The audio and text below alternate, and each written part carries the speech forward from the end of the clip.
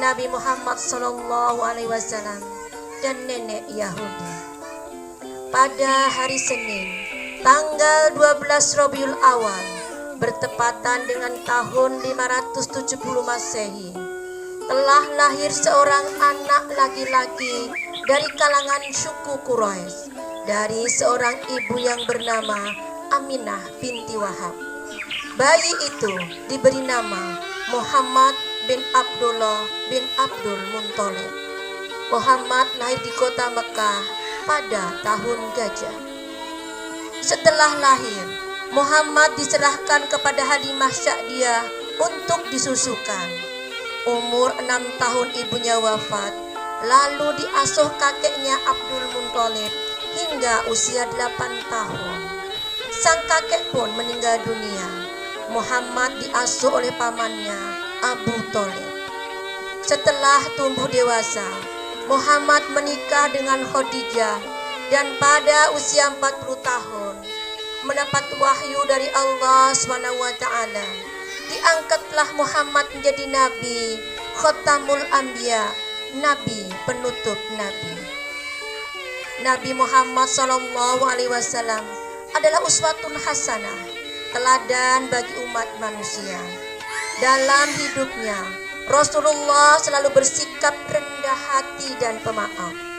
Tiada terhitung banyak cacian dan hinaan yang diterima oleh beliau dari kaum Quraisy. Namun Nabi Muhammad tetap berbuat baik terhadap orang-orang yang telah menghinanya. Salah seorang yang sangat membenci Nabi SAW adalah nenek tua Yahudi. Jika Nabi pergi ke masjid, selalu melewati rumah nenek tersebut. Suatu hari, Nabi lewat. Si nenek sedang menyapu rumahnya. Lalu si nenek mengumpulkan sampah dan debu di rumahnya. Ketika Nabi lewat di depan jendela, maka dilemparkannya sampah dan debu itu ke arah Nabi. Nabi terkejut namun tidak marah. Malah beliau mengangguk kepada nenek sambil tersenyum dan menyapa. Assalamualaikum nenek. Pergilah kau.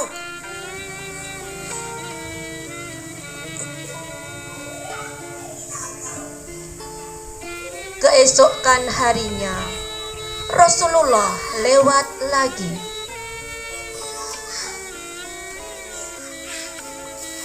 Si nenek melempar Nabi dengan kotoran.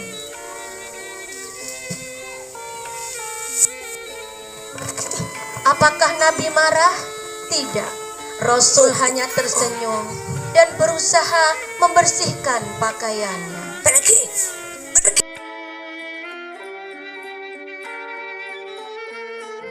Suatu hari Rasulullah SAW lewat lagi di depan rumah nenek tersebut. Tapi kali ini ada yang lain dari biasanya. Si nenek tidak kelihatan. Nabi berpikir dan berkata, aneh, pasti ada sesuatu dengan nenek. Lalu Rasulullah mendatangi dan bertanya kepada tetangga si nenek, apakah engkau tahu apa yang terjadi dengan nenek? Mengapa aku tidak melihatnya? Mengapa engkau begitu peduli dengan si nenek, padahal dia setiap hari menghinamu? Mendengar perkataan itu, Rasulullah hanya tersenyum. Lalu tetangga tersebut memberitahu bahwa si nenek sedang sakit. Wahai Rasulullah, ketahuilah, nenek hidup sebatang kara dan tidak ada yang mengurusinya. Saat ini nenek sedang sakit, ya Rasulullah. Maka Rasulullah bergegas ke rumah nenek.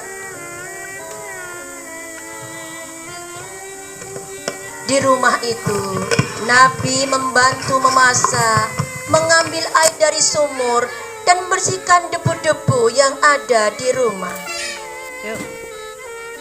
Si nenek heran, mengapa ada orang yang membantu di rumahnya. Lalu si nenek berusaha bangkit dari tempat tidur. Siapa ini yang datang ke rumahku? Dan betapa terkejutnya si nenek setelah tahu siapa orang yang telah membantu membersihkan rumahnya. Begitu melihat wajah Rasulullah, si nenek pun menangis.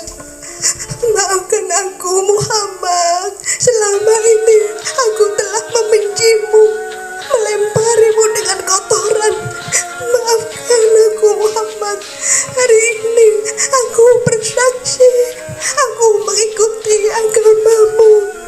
Asyhadu an la ilaha illallah wa asyhadu anna Muhammadan Rasulullah.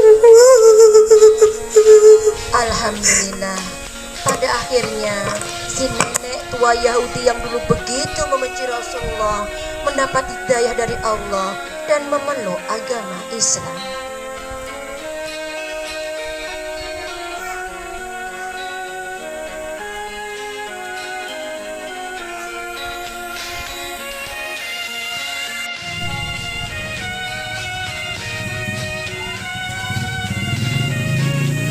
Kisah Rasulullah dan pengemis Yahudi buta. Dikisahkan di sudut pasar Madinah Al-Munawwarah, seorang pengemis Yahudi buta.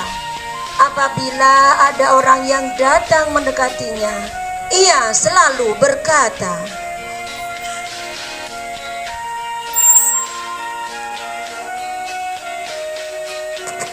"Wahai saudaraku, jangan engkau dekati Muhammad. Dia orang gila, dia pembohong, dia seorang penyihir. Jika engkau mendekatinya, engkau akan dipengaruhinya." Hari demi hari, pengemis Yahudi mencela Rasulullah. Kejadian itu terus berlangsung di pojok pasar Madinah. Sebagai nabi yang diberi wahyu, Rasulullah tentu tahu apa yang dilakukan pengemis buta tersebut. Suatu pagi, Rasulullah mendatangi pengemis buta tersebut sambil membawa makanan.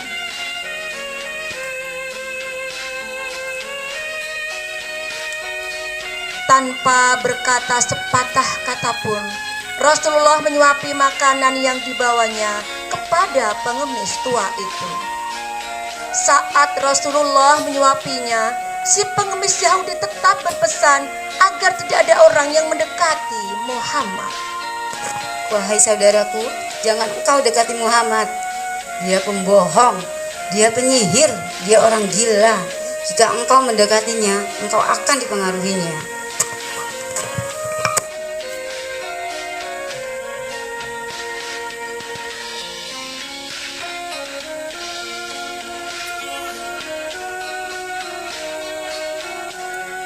Sahabat Nabi Abu Bakar radhiyallahu anhu berkunjung ke rumah putrinya Aisyah yang juga istri Rasulullah.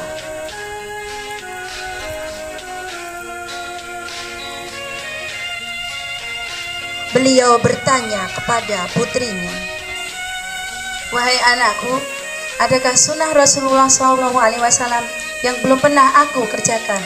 Wahai ayahku, engkau adalah seorang ahli sunnah. Semua sunnah sudah engkau kerjakan. Namun ada satu sunnah yang belum engkau kerjakan. "Apakah itu, anakku?" Setiap hari Rasulullah pergi ke pasar untuk memberi makanan dan menyuapi pengemis buta.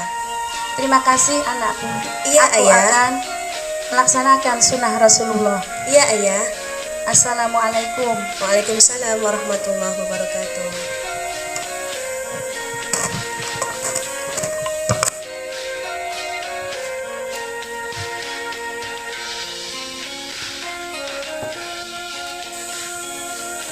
Keesokan harinya, Abu Bakar pergi ke pasar dengan membawa makanan untuk diberikan kepada pengemis itu. Abu Bakar mendatangi pengemis itu dan memberikan makanan itu kepadanya. Ketika Abu Bakar menyuapinya, si pengemis marah dan berteriak,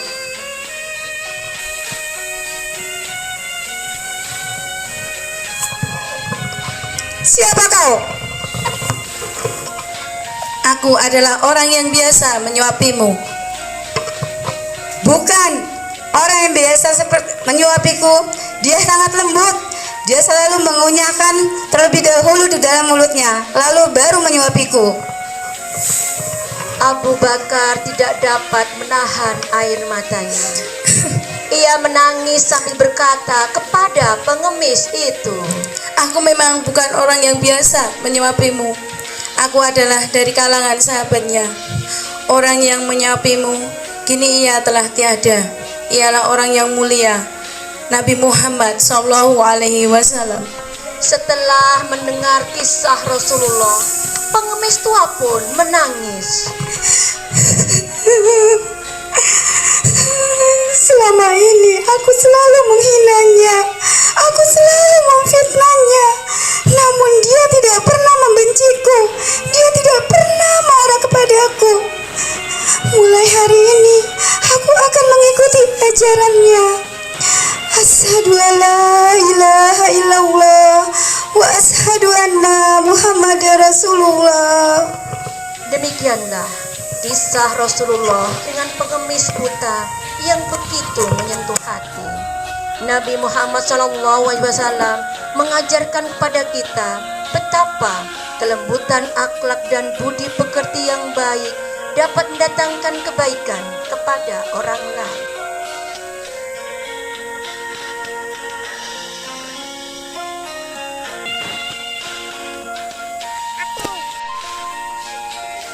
Demikianlah kisah Rasulullah dengan nenek Yahudi tua dan kisah Rasulullah dengan pengemis buta Yahudi. Betapa kelembutan akhlak dan kebaikan budi pekerti akan mampu melumpuhkan, akan mampu meluluhkan seseorang walaupun dia sangat membenci kita sekalipun. Mari kita teladani Rasulullah dengan selalu berakhlak yang mulia. Assalamualaikum warahmatullahi wabarakatuh.